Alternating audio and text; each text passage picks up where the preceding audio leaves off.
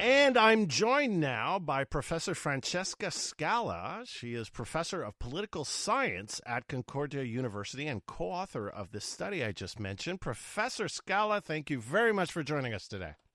Hi, David. It's a pleasure. So, tell me about, first of all, tell me what the study, why did you decide to make the study, and what was the premise of the study? Well, what we wanted to do is we know that the trend now is that more and more women are delaying childbearing, right? So they're becoming pregnant with their first child later on in life.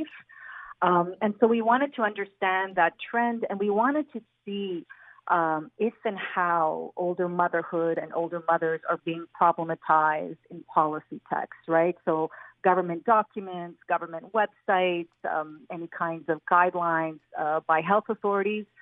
So that was our interest as social scientists to see, to understand what are some of the biomedical risks that are associated with pregnancy later on in life. And we know that there, as a woman ages, the complications increase when she becomes pregnant and when she gives birth. But we were really interested to see what kind of messages were being communicated about older motherhood and having children later on in life.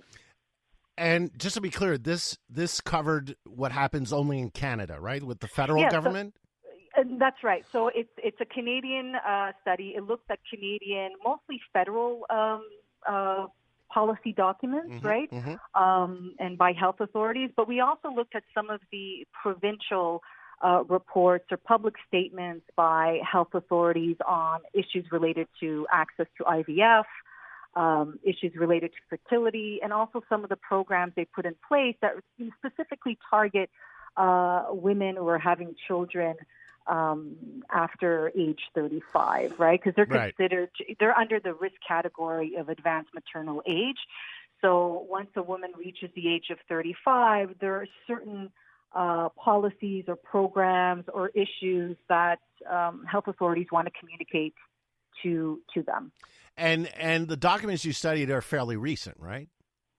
Some of them are fairly recent, but we decided to look at or to begin our study from 1993. And we chose 1993 because that's when the Royal Commission on Reproductive Technologies published its report on infertility, on fertility treatments, and all sorts of related topics. So that we thought was a good starting point to see what were some of the discussions, what were some of the debates around access to infertility treatments, were there any concerns around age, maternal age, and whether or not that should be a factor to consider when deciding who can and cannot access fertility treatments. Okay, so what are the main or the top conclusions of the study?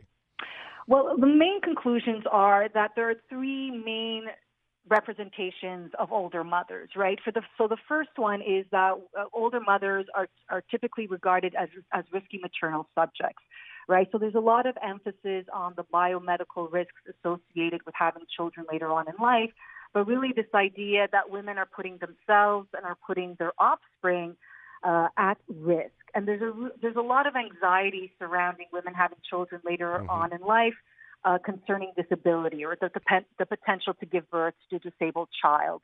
So that was one of the representations. The second one was older mothers as unnatural mothers. There's this idea that older mothers, may be too old, may not have the energy, the physical or emotional or psychological energy to keep up with the daily demands of motherhood. And this idea that motherhood today, the expectation is that it should be an all-consuming, all-encompassing role for women. And somehow older mothers don't have that kind of energy to really dedicate themselves to, what we call intensive mothering practices. And the third one was that older mothers were being represented as potentially irresponsible reproductive citizens, right? Really? That they should be making decisions to ensure their fertility, to make sure that they're going to have healthy children, to make those kinds of right decisions and to choose an ideal time to have children and to listen to their biological clock in order to minimize the risks and not be a drain on the healthcare system because we know when women have children later on, there's higher risks, and that is associated with higher healthcare costs. So, did you make any conclusions about what should be corrected or what should be modernized in the way we talk about older mothers? Yeah, and I think that's what we were trying to get at with the study, is that we should have a more balanced view. And we should also recognize that women's path to motherhood is really shaped by broader social, political, and economic forces. So this idea that, we're leaving it up to women, or women should be primarily, responsible for making these kinds of decisions, we have to recognize that there are so many different factors that are impacting and shaping why women are delaying pregnancy. And we should also perhaps, bring into the discussion some of the benefits of waiting to have children, financial security, perhaps being in a more stable relationship. And also, studies suggest that older mothers have the patience, are better prepared to have children. So there are benefits to having children later on, but we tend to emphasize the negatives, the risks. And I think that's something that we wanted to shed light on. So have you been in touch with the federal government or provincial governments since you finished the study? No, we haven't. So the study was published in June. But definitely, I think we're going to be presenting before some specialists, fertility specialists, right, really to talk about age limits when it comes to accessing IVF and related fertility treatments. Yeah. So I think that's one of the questions that is being raised about who should access IVF and whether age or maternal age should be a factor for doctors or specialists to consider whether or not they make appropriate patients for this kind of treatment. Sorry. So could we conclude that somehow this is a form of ageism? Absolutely. This is the argument that we're making in this paper, that there is underlying some of these biomedical discussions about risk. There is also, these kinds of ageist ideas about what or who the ideal mother is.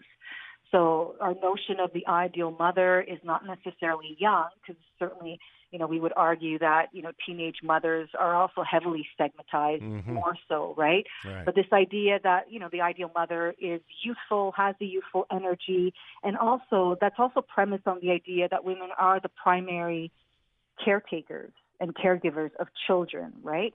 So this is something that we wanted to address in the paper. So ageism is certainly is an undercurrent in a lot of these kinds of discussions about, who the ideal mother is. Yeah, and what would be the age threshold? I mean, are we talking about 35 and up or 30 and up? Well, and I would think that the anxiety around age, maternal age, increases as the woman ages as well, right? So right now, advanced maternal age, what used to be called geriatric pregnancy, is 35 and over, right? And now we use the term advanced maternal age. But again, we have women who are having children in their 40s, and more often than not with the help of infertility treatments. We also have these sensational stories about women having children, post-menopausal women having children in their 50s and 60s. So those are the extreme cases. But what we're finding is that in the literature, as soon as you reach the age of 35, you're placed in that category of advanced maternal age, and that's become an automatic risk category for women. And my final question is about ableism, because you also refer to that terminology.